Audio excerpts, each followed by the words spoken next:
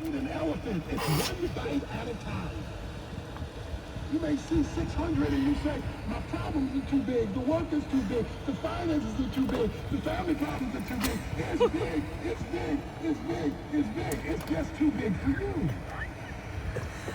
It's just too big for you. 2 Chronicles 16:9 says, God is looking for somebody. He's searching for somebody who he can use to show himself strong through. God wants to show off. His problem is finding somebody. He's had problems finding somebody, and as we saw with other scriptures, especially finding a man, because there's some things he only wants to do through a man. Not because women aren't critical, important, and strategic, but there are some things he wants to get men to do. But until a man is willing to humble himself, let's go. I want to get some and drink. to say to God, you have Quiet. your way. Shut that off, please. He says he's looking for somebody. What was Shemgar's secret? What was the key The bathroom. that shifted his life so that he became a judge and one man saved the whole nation? That he saved Israel. One man with an ox goad. Jolie, come on. Well, you have to understand how you got to be a judge. Let me show you the first judge. Where's Chapter 3, verse 10. The Spirit of the Lord came upon him, and he judged Israel. There it is. You know how you became a judge? God took over your life. Jolie. That's how you became a judge. The Spirit of the Lord came, Where's my pop? and the Spirit of the Lord grabbed the man and now Can't take it empowered him to do stuff out Come of here, him. please. When the Spirit of the Lord came, God came upon him. He got consumed by Where's a? God's I need a presence. pen. God does not Where's the want pen? There's a pen. He wants to marry you. Where are the pens, please? You're killing me. A visit. He just doesn't want to hook up. He wants to own you, man. Own me, man. Own us as men. He wants us to cultivate such a deep, dynamic relationship with him all the time, so that he owns your thoughts, owns your decisions, owns your feelings, owns your perspective, so that he can overrule you because he owns you. You say, my wife won't submit to me. Well, God says as soon as you submit to me, I'll get her to submit to you. I want to own you.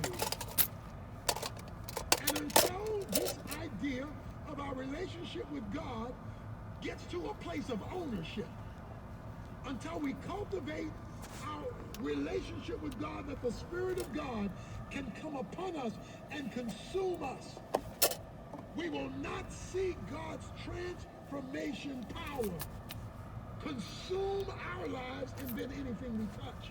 We're talking about one man gets rid of 600 Philistines and he saves a whole nation getting ready to fall apart. Got baseball tomorrow. Hear me now. If Jesus Christ comes back tomorrow, we don't have to worry about what's happening in our nation. But if he doesn't come back for another 200 years, you better worry about what's happening in our nation. And God needs some men with some spiritual ox goads who will step up to the spiritual plate, who will make a relationship with him the number one driving force in their lives, who will operate underneath his rule so that he can sanctify the ox goad and do things that will blow your mind as he starts slaying things that are trying to get rid of you. Means he's got to give you a vision. That means you got to be close enough to hear his voice.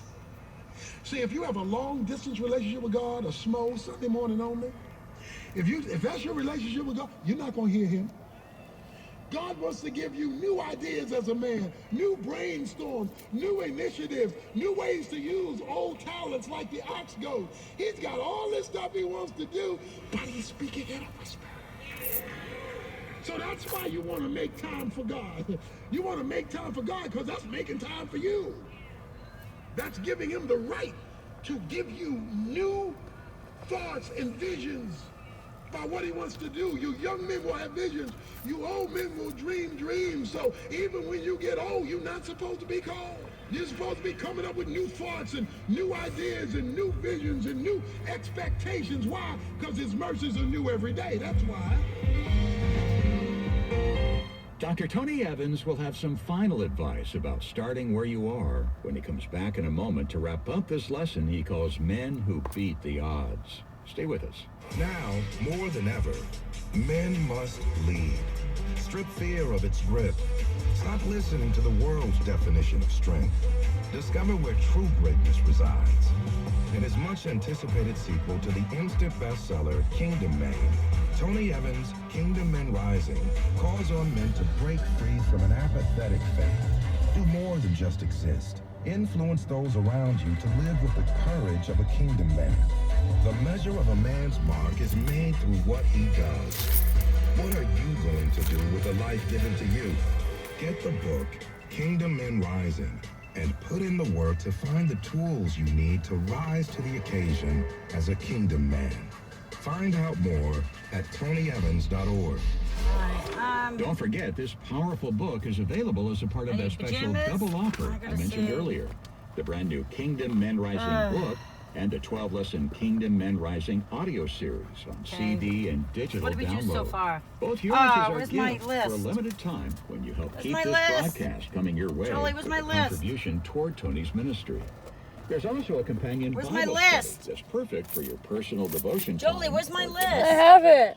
Where? No, it isn't. You left it on the Again, all the in the details farm. are waiting for you online at TonyEvans.org or by calling 1-800-800-3222. What are we gonna do? Our resource Huh? center closes. What are we gonna do? Again, that's I'll go the. No, what is it that I had to do? 222. We learn by watching examples.